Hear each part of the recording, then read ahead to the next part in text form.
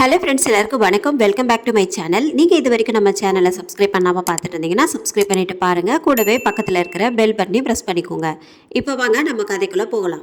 ஆமை, திலகர் மற்றும் அபிமன்யு என அனைவரும் வருண் பேச்சு மூச்சு இல்லாமல் வாசலில் மயங்கி விழுந்து கிடப்பதை பார்த்து திகைத்து நின்றனர். மூவரின் கண்களும் அகல விரிந்தன. மயங்கி விழுந்து கிடந்த வருணின் சட்டை பட்டன்கள் திறந்திருந்தன. அதனால் அவனது மார்பில் சில கீறல்கள் அடையாளங்கள் தெளிவாக தெரிந்தது. இந்த கீறல்களை பார்க்கும்போது ஒரு பெண்ணின் நகைக்கீறல்கள் போல தோன்றியது.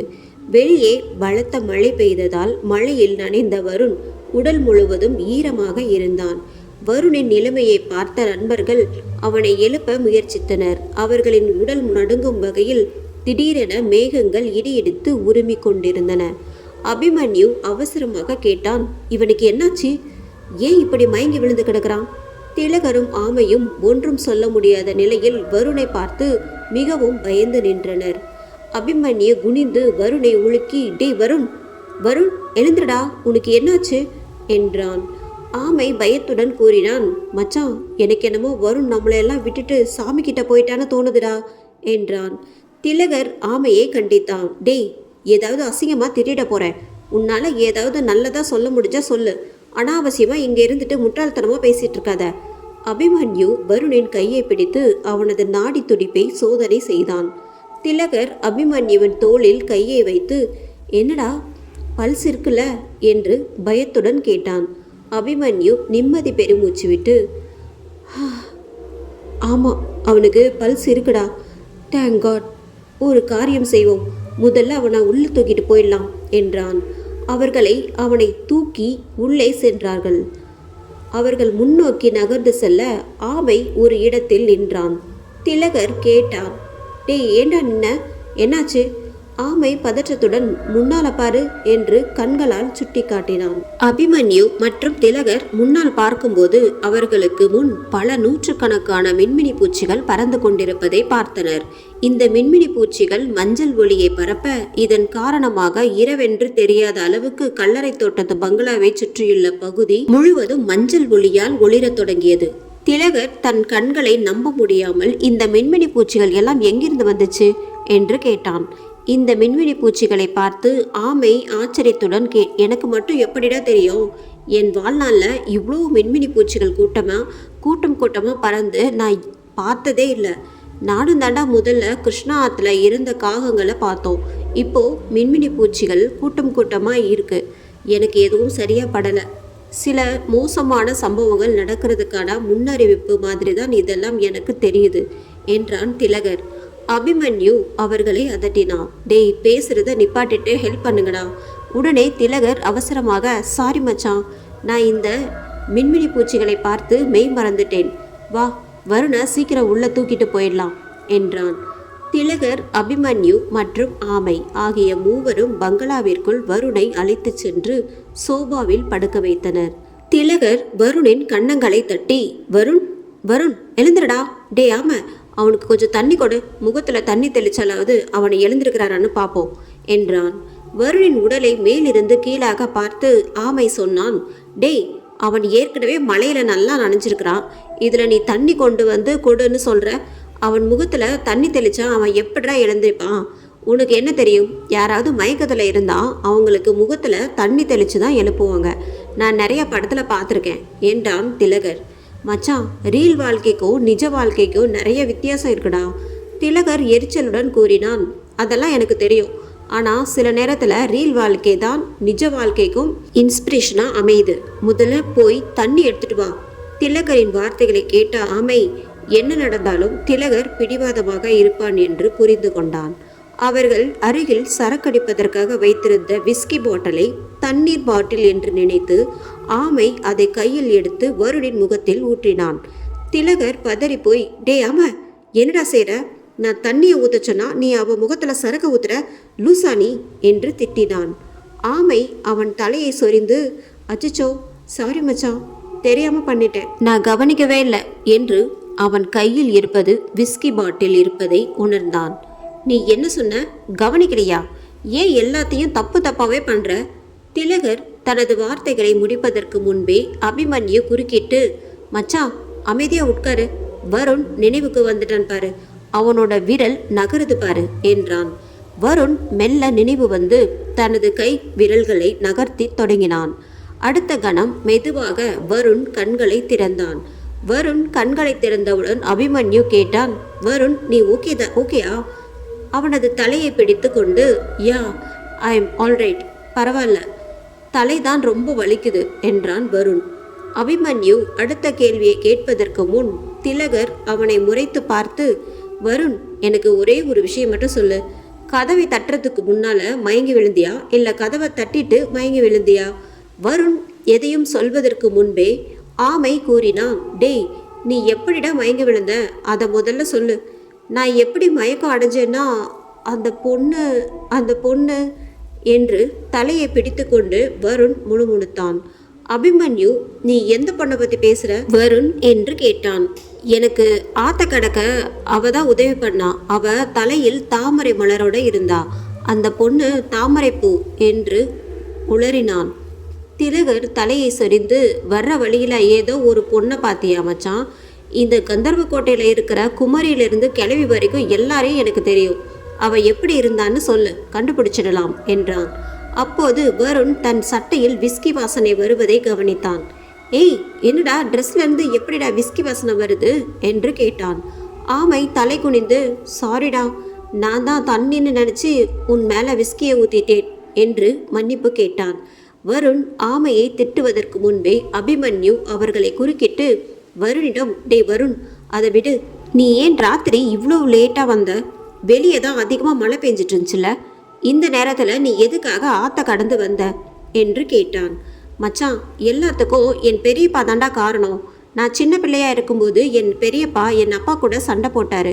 இப்போ அவர் என் கூட சண்டை போட்டு என்னை ஒன்றும் இல்லாமல் ஆக முயற்சி பண்ணுறாரு. அதான் நான் திரும்பி வந்துட்டேன். அபிமன்யு ஆச்சரியத்துடன், எனது உன் பெரியப்பா உன் கூட சண்டை போட்டாரா? ஏன், எதுக்கு என்று ஆர்வமாக கேட்டான். வருண் தலையில் கை வைத்து கொண்டு, மச்சான் அபி என்கிட்ட இப்போ எந்த கேள்வியும் கேட்காத, பதில் சொல்கிற நிலைமையில நான் இல்லை, எனக்கு தலை ரொம்ப வலிக்குது, நான் காலையில் எல்லாத்தையும் விவரமாக சொல்கிறேன், ஓகேவா? அபி அவன் நிலைமையை புரிந்து கொண்டான். சரி நீ முதல்ல போ, உன் ட்ரெஸ் எல்லாம் மாற்றிட்டு நைட்டு நல்லா தூங்கு, காலையில் இதை பற்றி பேசுவோம் என்றான். வருண் தனது இடத்திலிருந்து எழுந்து தனது அறையை நோக்கி நடந்தான். அபிமன்யு தன் மனதில் யோசித்தான், இன்னைக்கு 666 ரூமில் எச்சினி இருக்காளா இல்லையான்னு நான் தனியாக தான் கண்டுபிடிக்கணும்னு நினைக்கிறேன். வருண் அங்கிருந்து கிளம்பியவுடன் ஆமை கூறினான், டேய் அதான் அவன் வந்துட்டான்ல, வாங்கடா நம்ம சரக்கடிக்க ஆரம்பிக்கலாம். சிறிது நேரத்தில் 3 பேரும் ஒன்றாக அமர்ந்து மது அருந்த ஆரம்பித்தார்கள். திலகரும் ஆமையும் அதிகமாக குடித்து போதையாகினர். அபிமன்யு ஒரு அளவுடன் நிறுத்தி கொண்டான். ஏனென்றால் அவன் இன்றிரவு மிக முக்கியமான வேலையை செய்ய இருக்கிறான். நல்ல போதையில் இருந்த திலகர், டே நான் ஒரு கவிதை எழுதியிருக்கேன்டா என்றான். குடிபோதையில் இருந்த ஆமை விரைவாக திலகரை தடுத்து, ஒரு நிமிஷம், அது ஏன் நீங்கள் சரக்கடிக்கும் போது மட்டும் உனக்குள்ளே இருக்கிற கவிஞர் பீடிக்கிட்டு வெளியே வந்துடுறாரு? திலகர் போதையில் சொன்னான். ஆமாம், இதையெல்லாம் உன்னால் புரிஞ்சிக்க முடியாது. சரக்கு உள்ளே போனால் தான் நம்மளோட தூக்கமெல்லாம் வெளியே வரும் என்றான். பாரு, எனக்கு சரக்கு உள்ளே போனால் தூக்கம் வராது, ஒன்றுக்கு தான் முட்டிக்கிட்டு வரும் என்றான் ஆமை. ஆமையை கேட்ட அபிமன்யு சிரித்தான். திலகர் அவர்களை அலட்சியப்படுத்திவிட்டு, டே ஆமா, ஏன்னா உனக்குன்னு சொந்தமாக எந்த ஃபீலிங்ஸும் இல்லை, அதனால் எங்களை போல கவிஞர்கள் எழுத்தாளர்கள் உன்ன மாதிரி ஆளுங்க புரிஞ்சுக்கிறது ரொம்ப கஷ்டம். எங்களோட சோகம் கடல் அளவு இருக்கும், ஆனால் நீ பார்க்குறதுக்கு என்னமோ ஒரு துளி தான். வாழ்க்கையில் நாங்கள் ஆசைப்பட்ட காதல் கிடைக்காம இருக்கலாம், ஆனால் எங்கள் கதைங்க மூலமாக நாங்கள் மக்களுக்கு காதலிக்க கற்றுக் கொடுப்போம், காதலை கொண்டாட கற்றுக் கொடுப்போம். துயரங்கள் நிறைஞ்ச இந்த வாழ்க்கையில் எங்கள் துயரத்தை மறக்கிறதுக்காக எழுதுகிறோம்.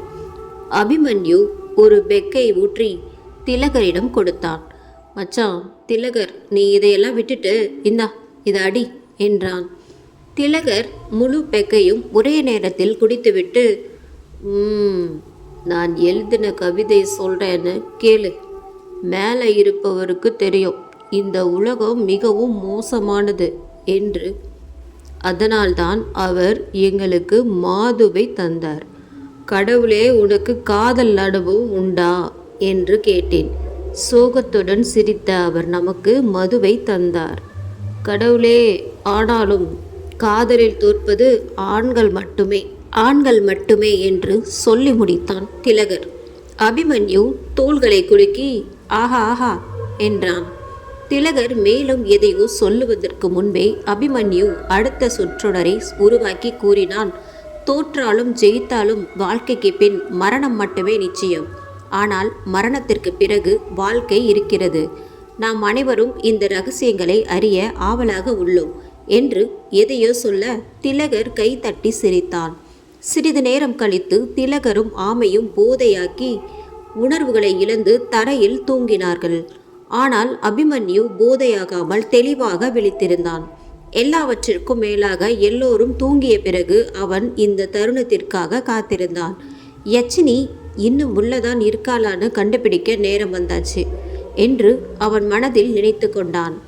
அபிமன்யு எந்த சத்தமும் இல்லாமல் இருக்கையிலிருந்து எழுந்து இன்ஃப்ராரெட் தெர்மாமீட்டரை தனது பேங்க் பாக்கெட்டிலிருந்து வெளியே எடுத்தான்.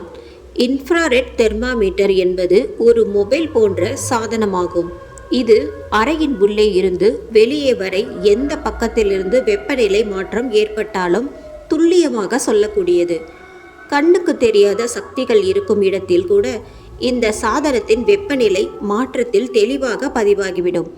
இந்த உண்மையின் அடிப்படையில் இன்று கல்லறை பங்களாவிற்குள் யச்சினி இருக்கிறாளா இல்லையா என்பதை கண்டுபிடிக்க ஆயத்தமானான் அபிமன்யு இன்ஃப்ராரெட் தெர்மாமீட்டரை ஸ்டார்ட் செய்தான். ரெட் இண்டிகேட்டர் லைட் அதனுள் விட்டு விட்டு ஒளிரத் தொடங்கியது. அபிமன்யு இன்ஃப்ராரெட் தெர்மாமீட்டரை பார்க்கும்போது வெப்பநிலை 44 டிகிரியாக இருப்பதை கண்டான். அபிமன்யு ஆச்சரியப்பட்டு தனக்குத்தானே சொல்லிக்கொண்டான், இது எப்படி இருக்க முடியும்? வெளியே மழை பெஞ்சிட்டு இருக்கு. எப்படி பார்த்தாலும் கிளைமேட் கூலாக தான் இருக்கணும். வெப்பநிலை எப்படி அதிகமாக இருக்கு? நிச்சயமா இங்க ஏதோ தப்பா இருக்கிற மாதிரி தெரியுது. எதுக்கும் ஒரு தடவை வெளியே போய் கிளைமேட் எப்படி இருக்குன்னு பார்த்துட்டு வந்துடலாம் என்று முடிவெடுத்தான் அபிமன்யு வாசலை நோக்கி நகர்ந்தான். அவன் கதவை நோக்கி செல்லும்போது மிகவும் பதட்டப்பட்டான். நெற்றியில் வடிந்த வியர்வையை அவன் கைகளால் துடைத்து கொண்டான். அபிமன்யு கதவை திறந்து வெளியே சென்றான். மழை விடாமல் பெய்து கொண்டிருந்தது. தன் கையில் இருந்த இன்ஃப்ராரெட் தெர்மாமீட்டரை கவனிக்க அவன் கண்கள் அகல விரிந்தன. வெளியே வெப்பநிலை 28 டிகிரியாக குறைந்திருந்தது. அபிமன்யு தனது நெற்றியில் வழிந்த வியர்வையை துடைக்க மறந்தான். இது எப்படி நடக்க வாய்ப்பே இல்லை. உள்ளே இருக்கிற தெர்மாமீட்டருக்கும் வெளியே இருக்கிற தெர்மாமீட்டருக்கும் எப்படி வித்தியாசம் இருக்கும்? அப்போ யச்சினி எங்கேயும் போகல. அவ இன்னும் இந்த பங்களாவில் தான் இருக்கா. கண்ணுக்கு தெரியாத சக்தியா அவ இங்க தான் சுத்திட்டு இருக்கா என்று உறுதி செய்தான். அபிமன்யு பயத்தில் அவன் தொண்டை வறண்டு போவதை உணர்ந்தான். அவசரமாக கதவை மூடினான். யச்சினி இந்த பங்களாவுக்குள் இருக்கிறானா என்பதை மேலும் உறுதி செய்து கொள்ள நினைத்தான். அபிமன்யு தனது கையை நீட்டி இன்ஃப்ராரெட் தெர்மாமீட்டரை தனது இடது வலது பக்கம் திருப்ப பார்த்தான். அபிமன்யு தனது முதல் அடியை முன்னெடுத்து வைக்க இன்ஃப்ராரெட் தெர்மாமீட்டர் 43 டிகிரி என்று காட்டியது. அபிமன்யு அதிர்ச்சியடைந்தான். ஒரு அடி முன்னாடி போனா கூட தெர்மாமீட்டர் எப்படி மாறுது என்று யோசித்தான். வெப்பநிலை ஒரு பக்கத்தில் மட்டும் அதிகரித்து கொண்டே போக இதை பார்த்த அபிமன்யு பதட்டமடைந்தான். அந்த கண்ணுக்கு தெரியாத சக்தி வேறு யாரும் இல்லை, யச்சினி என்பதை உறுதி செய்து கொண்டான்.